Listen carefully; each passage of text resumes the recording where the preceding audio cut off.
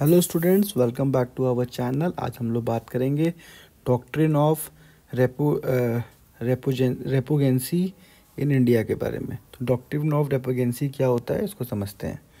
Doctrine of repugnancy applies when there is a conflict between the law made by the union government and the state government on the matter of the concurrent list. According to the Article 254 of the Constitution, in case of conflict, the union law prevails over the state law, provided the union law has received the precedent assent. In both the union and the state passes law on the subject matter in the concurrent list and the law conflict, the union law will prevail if the precedent assent is granted. Case law: if in the state of the Rajasthan versus Union of India case, the Supreme Court held that the case of repugnancy between the state law and central law on the concurrent list, the central law would be prevailing.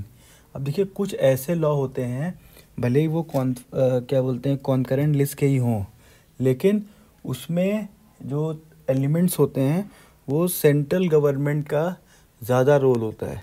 तो ऐसे में अब government supreme court करता क्या है कि वहाँ जब उसको ऐसा लगता है कि कोई ऐसा लॉ है जहाँ पे सेंट्रल गवर्नमेंट का इम्पोर्टेंट रोल प्ले कराना है, मतलब वो बहुत ज़रूरी है सेंट्रल गवर्नमेंट को उसमें होना, तो वहाँ पे सुप्रीम कोर्ट लगा देता है doctrine of repugnancy in India.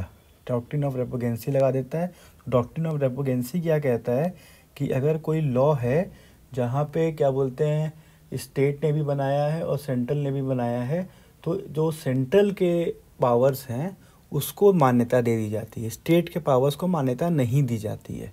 ठीक है, तो ये लॉ पे डिपेंड करता है कैसा लॉ बनाया गया है। तो जो कॉन्फ्लिक्ट आ जाता है यूनियन और स्टेट गवर्नमेंट के बीच में, और गवर्नमेंट को लगता है कि नहीं इस पर्टिकुलर कंडीशन पे सेंट्रल को इसका अथॉरिटी देना चाहिए, अगर सुप्रीम कोर्ट को ऐसा फील होता है उस पर्टिकुलर लॉ को पढ़ के, तो आर्टिकल 254 के हिसाब से जो उस पर्टिकुलर कॉन्फ्लिक्ट पे, उस पर्टिकुलर केस पे सुप्रीम कोर्ट अपनी सुनवाई जो देता है वो डॉक्ट्रिन ऑफ रेपुगेंसी के हिसाब से अपनी सुनवाई देता है सुप्रीम कोर्ट, और उसमें बताता है कि यहाँ पे प्रेसिडेंट का जो एसेंट है वो यूनियन लॉ पे है, मतलब यूनियन मतलब जो सेंट्रल गवर्नमेंट का जो लॉ बनाया गया है उस पर सबसे पहले प्रेसिडेंट का एसेंट होता है, तो इसीलिए उसको टॉप पे मान लिया जाता है और स्टेट लॉ को हटा दिया जाता है।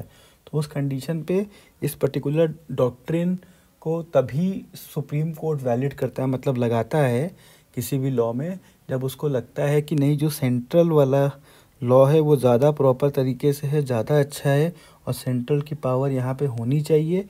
और तो गवर्नमेंट और तो सुप्रीम कोर्ट सिंपली बोल देता है कि भाई इसमें प्रेसिडेंट का एसेंट है, मतलब प्रेसिडेंट का साइन है, प्रेसिडेंट ने भी इसमें अपनी बात रखी है कि हाँ ये लॉ बेस्ट है, इसीलिए इसको हम लोग लागू करेंगे।